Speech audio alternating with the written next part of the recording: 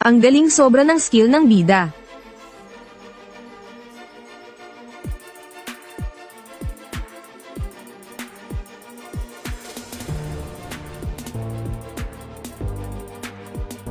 Bakit nagkaganito? Ganito pala pwedeng makawala sa pananakit ng balikat.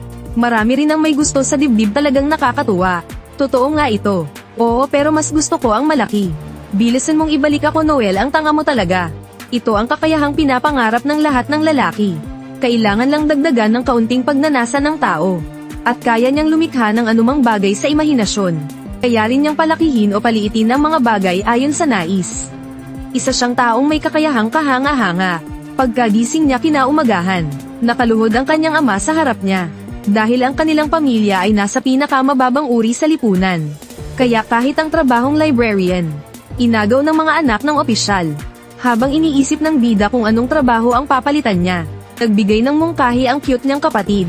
Bakit hindi na lang siya mag-exam sa Hero Academy? Kapag nakapagtapos mula sa Hero Academy, magiging maliwanag ang kanyang kinabukasan. Mas maganda pa kaysa maging librarian. Para hikayatin ang bida, sinabi ng kapatid na kung hindi siya pumasa, handa siyang alagaan siya habang buhay. Bigyan niyo rin ako ng ganyang kapatid, salamat. Lumabas ang bida para maglakad at magpahangin. At sakto niyang nakasalubong ang childhood friend niyang si Emma. Wala pang ideya si Emma sa nangyari. At masayang iniisip ang pagsasama nila. Bilang mga librarian pagdating ng araw, walang nagawa ang bida kundi sabihin ang masamang balita. Nalungkot si Emma at sinabing sayang talaga, dahil may taglay pa naman siyang pambihirang kakayahan. At iyon ay ang dakilang pantas. Isang skill na kayang sagutin ang lahat ng tanong sa mundo. Parang personal na bersyon ng lampara ni Aladdin. Pero may isang kapintasan ito, na tuwing gagamitin ito ay sasakit ang ulo ng sobra. Sinabi ni Emma na naghanap siya sa mga sinaunang aklat kagabi. At ayon sa nakasulat, nakakabawas ng sakit ng ulo ang paghalik. Kaya nahiyang tumalikod siya. Hayop ka. Madalas ang mga ngaso ay nagiging parang huli rin. Habang tinatanong ng bida kung pwede ba, hinawakan na rin niya ang kamay nito. Sandali, bigyan muna natin ng tamang mood. Pagkatapos ay pumunta sila sa isang walang taong rooftop. At tinanong ng bida ang dakilang pantas kung paano siya lalakas para makapasok sa Hero Academy. Sumagot ang dakilang pantas, pumasok ka sa nakatagong dungeon na nasa 15 kilometro mula rito at mahahanap mo ang sagot. Pagkarinig niya ay agad sumakit ang ulo ng bida. Hindi ko alam kung nagdrama lang siya. Kung ako siguro ganon din gagawin ko. At nagsimula na ang dalawa.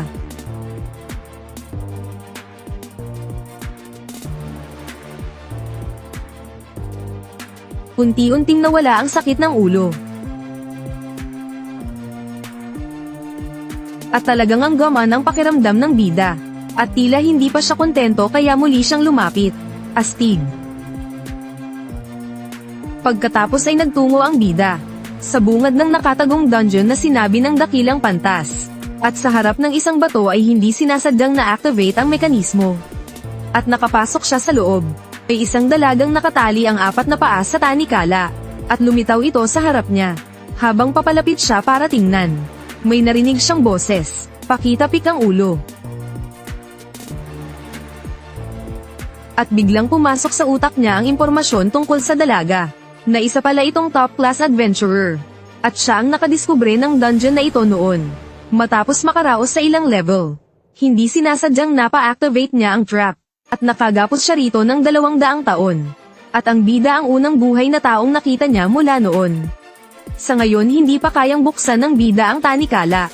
Kapag pilit itong binuksan mamamatay ang dalaga. Nakipag-usap ang dalaga sa bida gamit ang isipan.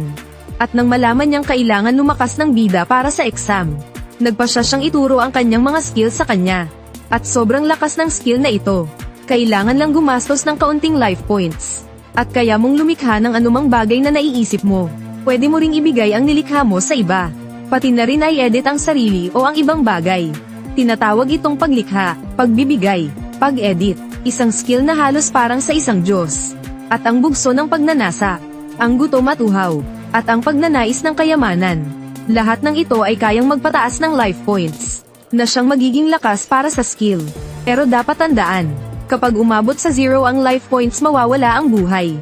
Nakita ng bida na mayroon siyang 550 life points. Para masubukan ang skill, lumapit siya sa isang slime. At inisip niyang lumikha ng batong bala.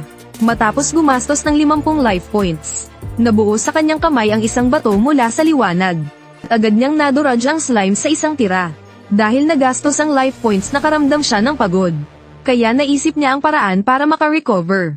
Humiga sa hita ng kapatid na nakasuot ng puting stockings. At agad tumaas ang life points niya sa 600. Pagkatapos ginamit ng bida ang skill para sumali sa exam ng Hero Academy. At ang exam ay kailangang bumuo ng grupo na tig-3 at mangolekta ng mga monster. Pero dahil galing sa mababang uri ang bida, walang gustong makipaggrupo sa kanya, hanggang may biglang humawak sa kanya. At si Emma pala iyon. Para makasama ang bida, nagbitiw si Emma sa isang magandang trabaho. At gustong sumama sa exam kasama ang bida. Isa pang babae na ang pangalan ay Leinoya ay gustong sumali. Matapos ang simpleng pagpapakilala, nabuo ang kanilang grupo. Pero sa pagkuha ng mga monster, may sariling paraan ng bida. At iyon ay ang monster sa ikatlong palapag ng dungeon. Isang kamatayan na may hawak na karit. At para sa bida na level 23 laban sa level 99 na kamatayan. Talagang kamatayan ang sumalubong. Agad umatake ang kamatayan. Isang hampas lang at sobrang lakas ng tama. Nataranta ang bida at agad gumastos ng life points para likhain ang slow skill upang pabagalin ang galaw ng kamatayan. Pagkatapos ay buong lakas siyang sumugod. Isang mabilis na slide papunta sa likod ng kamatayan. At gumastos ulit ng life points para palakihin ng 10 beses ang batong bala. At matagumpay niyang natalo ang kamatayan.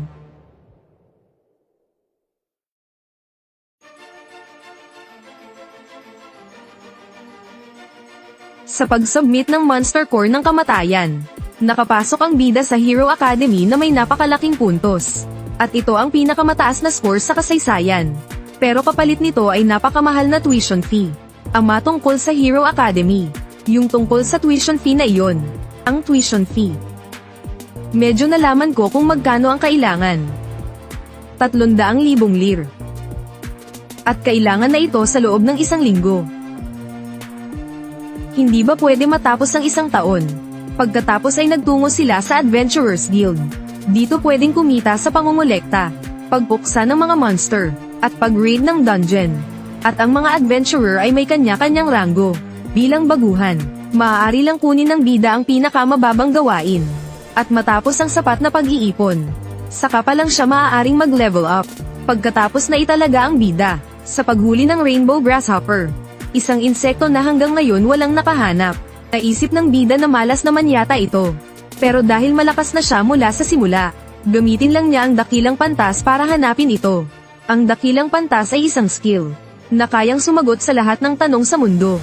Pero kailangan ng paghalik para mabawasan ang sakit ng ulo. Bilang epekto nito, at sakto namang walang babae sa paligid. Pero mabilis na nakaisip ng paraan ang bida. Gamitin ang isa pang nakakabaliw na skill na creation. At likhain na lang ang headache resistance. Kaya gumastos siya ng 300 life points upang likhain ang resistance na iyon. At matapos itanong ang lokasyon ng Rainbow Grasshopper, madali niya itong nakita sa ilalim ng isang bato. Bagamat nabawasan ang sakit ng ulo, hindi pa rin ito ganap na nawala. Sa pamamagitan ng quest, kumita ang bida ng 250,000 bilang gantimpala, pero kulang pa siya ng 50,000 para sa tuition. Kaya kinuha niya ang pangalawang bounty quest, pumatay ng giant horned rabbit. Habang iniisip na makukumpleto na niya ang tuition, 2 goblin ang biglang lumitaw. Agad siyang lumikha ng stone bullet, at tinamaan ang pinakamaselang parte. Bilang kapwa lalaki nakikiramay ako sa'yo. Pasensya na. Sige, tulungan na natin si Emma. Tingnan mo iyon. Ginamit ng bida ang appraisal eye para tingnan ang level ng rabbit. At malinaw na mas mataas ito kaysa kay Emma. Pero gusto ni Emma na talunin ito gamit ang sarili niyang lakas. At simple lang ang dahilan. Ayaw niyang laging bida ang bida. Dahil baka makaakit pa ng maraming babae. Kasunod nito nagselos si Emma. At nakipaglaban sa giant horned rabbit. Gamit ang liksi ng kanyang galaw. Pinaglaruan niya ang giant horned rabbit. At walang tigil niya itong ginilitan. Kaya lalo itong nagalit. At biglang umatake ng buong lakas. Nang muntikan ng tamaan si Emma, tinamaan ng stone bullet ng bida ang rabbit. At mabilis niyang ainalalayan si Emma palayo. Matapos maiwasan ang paghabol nito, nagsimulang sisihin ni Emma ang sarili. Habang nakikita siyang nalulungkot, naisip ng bida na gumamit ng edit upang palakasin ang kakayahan niya sa dagger. Ngunit kailangan ng 500 life points. At dahil 700 lang ang life points ng bida, medyo alanganin ito. May isa pang paraan. Dagdagan ang life points gamit ang pagnanasa. Hindi pwede ang pagkain o materyal na bagay. Mukhang last lang ang sagot.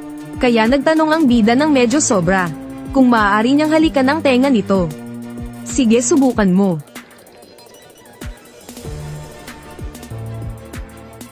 At gumana nga ito. Umangat ang life points ng bida sa 1300. At natuklasan na sila ulit ng rabbit. Inedit ng bida ang kakayahan ni Emma. At mas lumakas pa siya kaysa dati. At madaling tinalo ang giant rabbit. Natapos nila ang quest at nakuha ang sapat na pera. Dinala rin nila ang bangkay nito pabalik. Isang bihirang masarap na putahe. Kaya inanyayahan ng bida ang lahat na kumain. Dahil dito tumaas ang life points niya. Hanggang sa umabot sa 1500. Hindi ko pa nakitang ganito ka-absurd. At ang unang ginawa niya sa kaibigan niyang babae ay halikan. May kasama pang string habang humahalik. At may matibay na dahilan ang bida. Kailangan niyang dagdagan ang buhay gamit ang pagnanasa ng tao. At ang life points ay maaaring gawing anumang bagay o skill na gusto niya. Kahit na may sapat siyang dahilan. Pinaghihinalaan ko pa rin silang may ginagawang kung ano. Pagkatapos ay masaya silang dumating sa Hero Academy. Dito napakalakas ng diskriminasyon sa ranggo. At para sa bidang mula sa pinakamababang uri, ang badge ng Zon Nanju sa dibdib niya ay sobrang kapansin-pansin. Kaya lumalayo sa kanya ang iba. Pero kabaligtaran si Emma sa tabi niya. Ay taglay siyang World Cup figure at dugong maharlika. Kaya sabay-sabay siyang tinanggap ng mga estudyante. Tunay nga mas malakas ang katawan kaysa lahat. Dumating si Maria ang anak ng duke. At ikinagulat ng bida, na hindi siya mayabang. At binati pa siya agad. Nagulat ang lahat ng estudyante. Pagkatapos ay nagtungo silang lahat sa training ground. Kung saan naroon ang isang napakahigpit na instructor. At una pa lang ay tinakat niya ang buong klase. At ngumiting sinabing sana raw ay mabuhay sila matapos ang klase. Ang lesson ngayon ay self-defense. At agad niyang tinawag ang bida. At iniutos na buong lakas siyang umatake. Kaya ginamit ng bida ang appraisal eye para makita ang level niya. At nang makitang 10 beses itong mas mataas, sumugod siya agad. At buong lakas buong puso niyang inundayan ng espada.